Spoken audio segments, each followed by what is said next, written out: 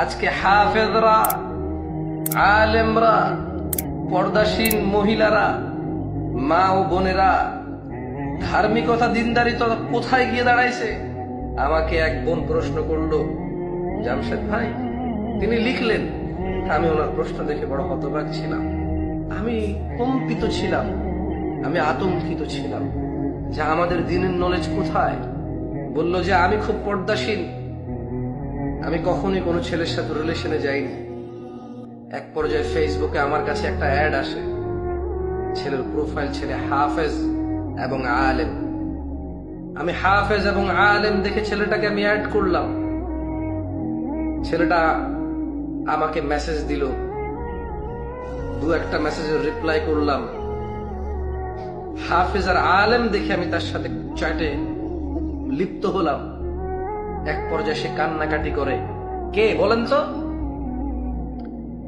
আমার সঙ্গে একটু আপনারা জবাব দিবেন। এক পর্যায়ে ছেলেটা ওই মহিলার ইনবক্সে লেখালেখি করে কান্নাকাটি করে কথা বলার জন্য টুকিটাকি মোবাইলে কথাও বললাম। ছেলেটা বলল যে আমি খুব পর্দাসীন, সে আলেম, সে হাফেজ, সে আমাকে পছন্দ করে ফেলেছে, সে আমাকে ছাড়া বিয়ে করবে না। আমি ছেলেটাকে বললাম যে আপনি একজন হাফেজ, আপনি একজন আলেম, আপনি আমার চাইতে বেশি জানার কথা। এভাবে কথা বলা, এভাবে চ্যাটিং করা, চ্যাটে উপলব্ধ হওয়া, কানেক্টেড থাকা হারামুন আকবার।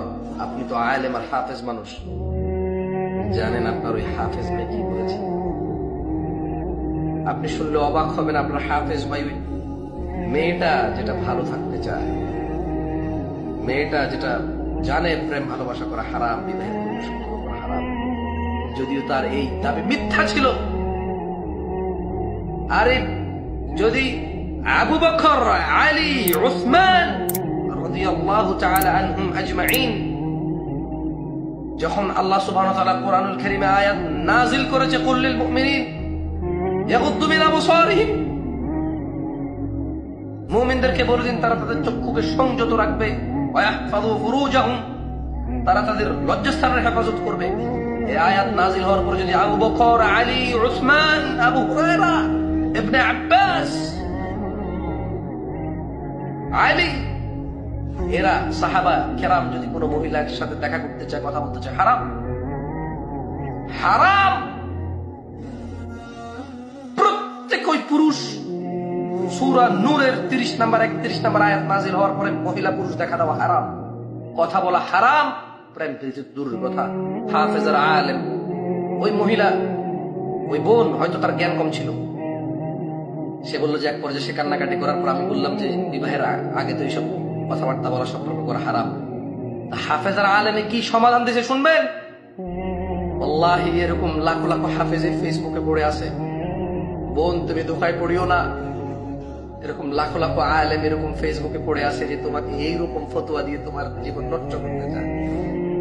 আপনি শুনবেন ওই মেয়ে যখন এটাকে হারাম বলছে, ওই হাফেজ আর ওই আলেম কি সমাধান দিছে? বললো যে ঠিক আছে, আমি খুতবা পড়বো, তুমি আমিন বলবা, আমাদের বিয়ে হয়ে যাবে। ফেসবুকে বিয়ে, বাহ বাহ বাহ, what a solution, what a solution. কি সলিউশন? মেয়ে বললো আপনি হাফেজ আলেম মানুষ, আপনি জানার কথা, এভাবে কথা বলা হারাম। তো ছেলে হালাল করার পদ্ধতি বের করল। ছেলে এবার মেয়েকে বললো যে আমি খুতবা পড়বো, তুমি আমিন আমিন আমিন বলবা, আমাদের বিয়ে হয়ে যাবে। হোয়াট ইজ ইউর কোয়েশ্চেন নাও? আমি মহিলাকে লিখলাম যে হোয়াট ইজ ইউর কোয়েশ্চেন, তোমার প্রশ্ন কি? বললো যে শেখ, আমি আপনার কয়েকটা লেকচার শুনেছি, আমি এখন খুবই আতঙ্কিত, আমি খুবই লজ্জিত, আমি ভীষণ ভীত, আমার দ্বারা যে অন্যায় হয়ে গেছে আমি কি করবো আমি বুঝতেছি না। কারণ ওর সাথে কি আমার বিয়ে হয়ে গেছে, তাহলে আমার তো বাবা মা জানে না।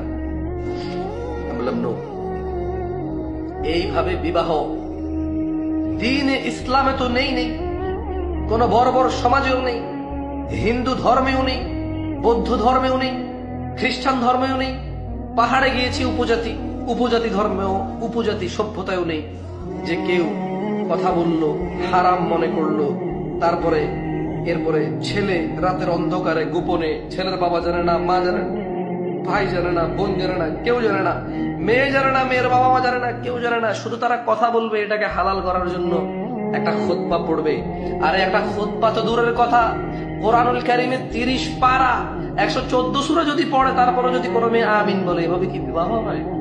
আমি বললাম বোন তুমি বলো, তোমার এলাকায় কি এরকম এর আগে বিবাহ হয়েছে? বলে যে না। আমি বললাম তুমি বলো, এভাবে কি কোনো সমাজে বিবাহ হইতে তুমি দেখছো? বলে যে না।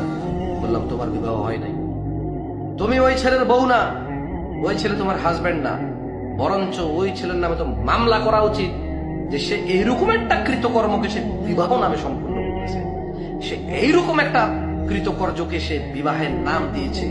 পৃথিবীর কোন সভ্যতা, অসভ্যতা, দিন, আবার দিনহীন কাজেও তো এটাকে বিবাহ বলে না, বলে কন্ট্রাক্ট ম্যারেজ বলে। ওরা ডিল করছে একসাথে থাকবে, বাট এরকম ফেসবুকে কথা বলার জন্য মোবাইলে খুতবা পড়বে, মেয়ে আমিন বলবে, বিবাহ হয়ে যাবে, এবার কথা বলা যাবে। দিনের জ্ঞান কোথায় গিয়ে দাঁড়াইছে যে হাফেজ এমন কাজ করে? আর বোন তুমি না পর্দাশীল, তুমি তো বললা তুমি রিলেশন করো না, তাকে হাফেজ আর আলেম দেখে তুমি তাকে অ্যাড করছো। What is this?